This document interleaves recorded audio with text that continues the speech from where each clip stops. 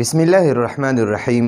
نن زموږ د طریقة العصریه د اولې حصې الدرس الخامس والعشرون یعنی 15 درس دریم نمبر سبق دی او سبق نمبر 107 دا د کتاب د سر نه دی. الفعل المضارع فعل مضارع باره کې به بحث کوو. خو کوم یو المؤنث المفرد د مؤنث مفرد یعنی د واحد مؤنث بحث پکو په فعل مضارع کې. نو او د واحد مؤنث کمی صيغې مونږ په دې کې بحث کوو. یو د واحد متکلم مؤنث ٹھیک شو جی، یو دا صيغه شو. او دویمه چې دا د واحد مؤنث حاضر، او دریمه چې دا واحد مؤنث غائب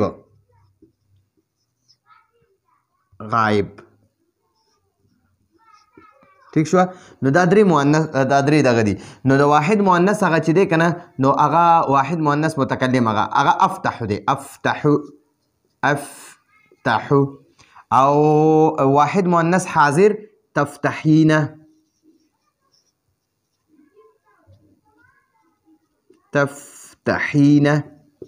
او د واحد مؤنث غائب تفتحو.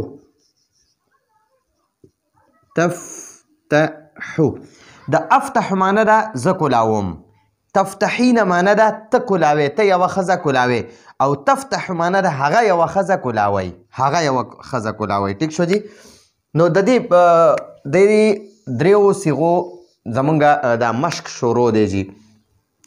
نو اول دی سعیدة تفتح الكتاب. دا تفتح واحد مؤنث غائب صیغه ده. سعیده کتاب کولاوی، تفتح معنی ده هغه کتاب کولاوی. خو د دې نه مخکې دا سعیده ذکر شو. نو په دې تفتح کې هي ضمیر هغه د دې سعیدې دپاره استعمالیږي چې سعیده کتاب کولاوی.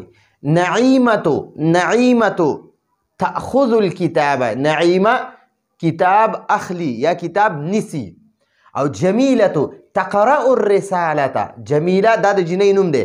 تقرأ هغه د کې هي ضمیر دی، هغه یعنی هم هغه خط وایي، ټیک شو. جمیله داسې ښځه ده چې هغه خط وایي، ټیک شو جی. نو دا مې درته مختصر یو بلې طریقې سره ترجمه وکړه. جمیله داسې ښځه ده تقرأ الرسالة چې هغه رساله وایي، خط وایي، ټیک شو. رساله دا خط ته وایي. ښه جی، اوس یو څو استفهامیه جملې دي، 3 استفهامیه جملې دي سوالیه، ټیک شو. او بیا د هغې مونږ دا جوابونه ورکړي دي. د دې نه پس بیا د دې سوالیې نه پس بیا د امر حاضر صیغې دي، د امر صیغه ده. نو اوس وایي من تفتح الکتابه. من معنی د څوک، تفتح الکتابه تفتح کولاوی، الباب دروازه. من تفتح الباب څوک دروازه کولاوی، هغه کومه ښځه ده چې دروازه کولاوی. نو سعیدة تفتح الكتابه هغه ښځه سعیده ده، سعیده دروازه کولاوی. سعیدة تفتح الكتابه تفتح الباب، سعیده دروازه کولاوی. من تأخذ القلم څوک قلم اخلي، څوک قلم نیسي یا څوک قلم اخلي. نعیمة تأخذ القلم، نعیمه قلم نیسي یا قلم اخلي. من تقرأ الرسالة خط څوک وایي. نو فاطمة تقرأ الرسالة، فاطمه خط وایي. فاطمة تقرأ الرسالة، فاطمه خط وایي. دې نه پس بیا د امر صیغې دي. د امر څه ته وایي چې چا ته پکې حکم وشي. لکه زه تا ته اوس یو حکم کوم چې واخله، نو دا تا ته ما د اخیستو حکم وکړو چې ته دا واخله. یا زه تا ته وایم دروازه یا کتاب کولاو کا یا دروازه کولاو کا، ټیک شو جی. نو هغه ټولې صیغې په دې کې استعمال دي. خذ الکتاب، خذ ما سړي ته چې وایي چې واخله نو هغه ته به خذ، او ښځې ته چې واخله نو هغې ته به خذي، ټیک شو. دا یا به ورسره وي. خو چې کله د دې خذي نه پس الف لام وي که نه نو بیا به دا خذي دا یا به لیکلی کېږي خو ویلی کېږي به نه. نو دا به بیا وایي خذل. اوس یوې ښځې ته وایي خذي ته واخله، ای ښځې ته واخله، ای مؤنثې ای جنۍ ته واخله، ای طالب علمې ته واله. خذي الکتابه ته کتاب واخله. یا فاطمه فاطمه، ای فاطمې ته کتاب واخله. خذي معنی ده ته واخله، خذي ته واخله. الکتاب کتاب یا فاطمه ای فاطمی. نو هغه وایي آخذو زه اخلم الکتاب کتاب، یا زه نیسم یا زه اخلم. ٹھیک شوه. اوس وایي افتحي چې سړي ته وایي ته کولاو کا، نو هغه ته به وایي صرف افتح معنا ده ته کولاو کا، دا به سړي لپاره استعمالیږي. افتح ته کولاو کا.